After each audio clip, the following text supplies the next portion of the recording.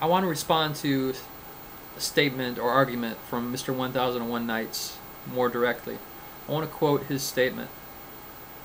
He says, quote, "In colonial Brazil, chattel slaves could actually buy their own freedom and become business owners or self-employed or even slave owners themselves. That social mobility did not justify chattel slavery. Similarly, it does not justify wage slavery." End quote. Okay, I'm in full agreement with that statement. I'm opposed to wage slavery. But I'm in favor of capitalism and wage labor, not wage slavery. I don't justify wage slavery. I'm against it. So what Mr. 1001 Nights is doing when he makes a statement like that is he's trying to get you to take it as a given that wage slavery exists, and then he's trying to get you to justify it. Or he's trying to get you to take it as a given that wage slavery is possible in a capitalist system, and trying to get you to justify that.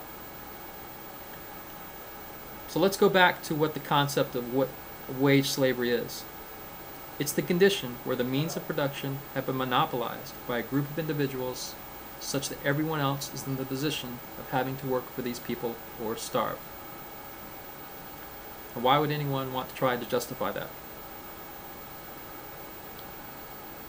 As I pointed out in my video called "Capitalism, Wage Labor, and Slavery Are Not Comparable," in that video I showed that people don't have to work for a boss or starve in a system where private ownership of the means of production is allowed, in a capitalist system.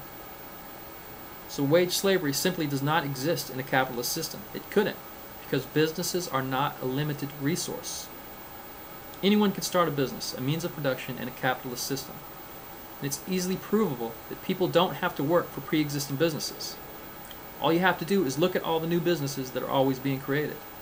The fact that new businesses are being created all the time proves that people don't have to work for pre-existing businesses. They're able to create their own. And you don't even need money to start a basic business. For example, I could be a piano tuner. I could go around tuning pianos. I'm a musician and can do it by ear, so I wouldn't even have to spend $25 to buy the little electronic tuning device. There's tons of basic businesses people can start with no money. Then the money from that could be used to create another business that requires more capital, and so on. Or if you want to go right into a more elaborate business from the start, you can borrow money from your family, you can look for investors, or you can go and ask your communist friends that are into mutual aid to use their money for free. I'm sure they'd be happy to let you do that. So it's easily proven that wage slavery doesn't exist in countries that lean toward capitalism, by just observing the business creation that's constantly taking place. Now, of course, whether the business someone creates is profitable depends on whether they're providing services or goods that other people value enough to voluntarily purchase. If their business fails, it's not because other people own businesses. By them creating businesses, they didn't take away your ability to start a business. Your business fails because you're not providing something that is worth the price of purchase in the subjective value judgment of other people. So you're not a slave to these other business owners. You're a slave to nature. To ensure your survival in a society, you have to make yourself and what you do valuable to other people in society in order to gain their assistance. That's all a successful capital business is, whether it's one person working for himself or someone that has 10,000 employees. A business is people providing things that other people find to be worth the price of purchase. So because businesses are not a limited resource, wage slavery cannot exist in a capitalist system. Even in the US, which is not entirely capitalist, but a mixed economy with a lot of government interference, wage slavery doesn't exist. You're able to start your own business. You don't have to work for a boss or starve. Now, there are countries where the situation may approach what appears to be wage slavery. But the situation is caused by government, not capitalism. Government in some countries makes it very difficult to start a business. You have to go through all sorts of red tape, licensing, and often you have to know someone in government in order to get permission. If something that amounts to wage slavery exists, it would be in those countries. Wage slavery cannot exist in a capitalist system. So when Marxists or anarcho-communists or libertarian socialists make claims about wage slavery, they're making claims about something that doesn't exist. And as I said, even in a mixed economy like the US, wage slavery doesn't exist.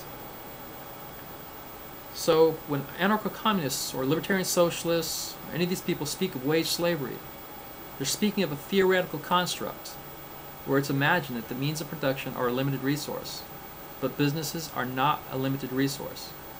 So when anarcho-communists ask you to justify wage slavery, they're trying to trap you into assuming that it exists, and then trying to get you to try to justify it.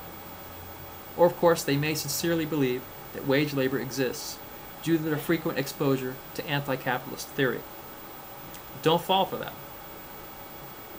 I saw someone respond to Mr. 1001 Nights, and he said, "What if I want to be a wage slave?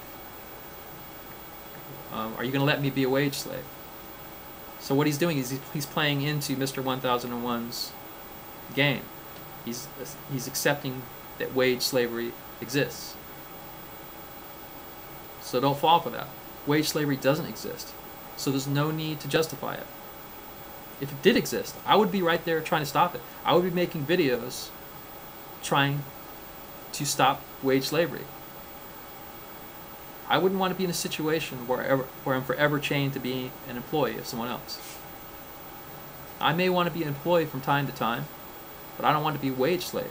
I don't want to be in a situation where the means of production are monopolized, so that I can't have the ability to work for others.